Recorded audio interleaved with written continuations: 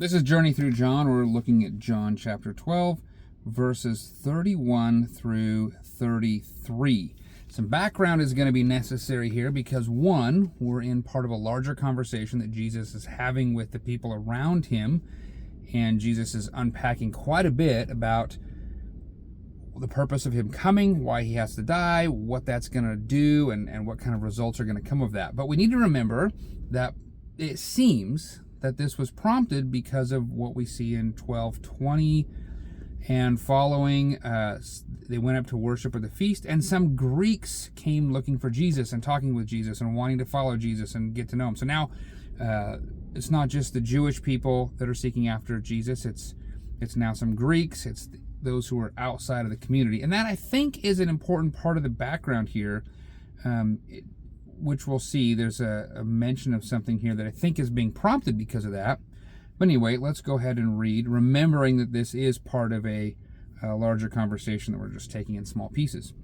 John 12, verse 31 to 33.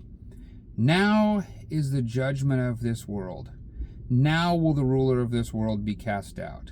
And I, when I am lifted up from this earth, will draw all people to myself. He said this to show by what kind of death he was going to die. The first part of this was Jesus speaking. The last verse is John's commentary on it, explaining why Jesus said what he said. And he said, the judgment of this world is now. Now, at the point when Jesus is going to go to the cross, he's saying is a judgment, which can be very confusing if we overread what's happening here in other places, thinking that the judgment only happens at the final judgment when all people are going to be judged. It's a process that starts with the hearing of the gospel and rejecting it. It actually could have even started long before that, but the hearing of what Jesus is doing, rejecting it, judgment is starting. It's a picture of something that seems to have time cooked into it. It's not all a one-moment event at this point, because he also says, now will the ruler of this world be cast out, which is fascinating.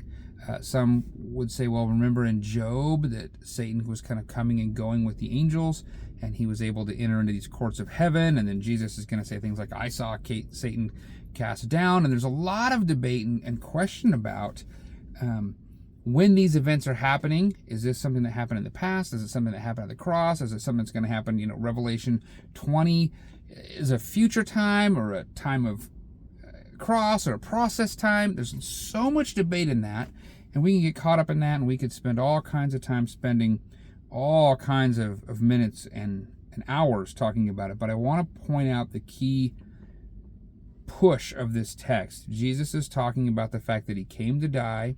He is talking about the fact that there is judgment. So regardless of when and how and what, you don't want to be on the wrong side of that.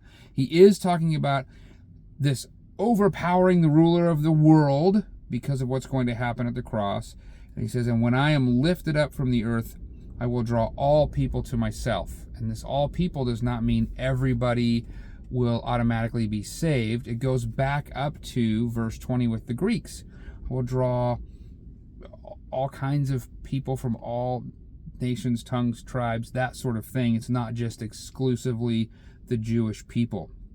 And then, of course, John says he says this to show what kind of death he was going to die, meaning he's going to die by crucifixion on the cross.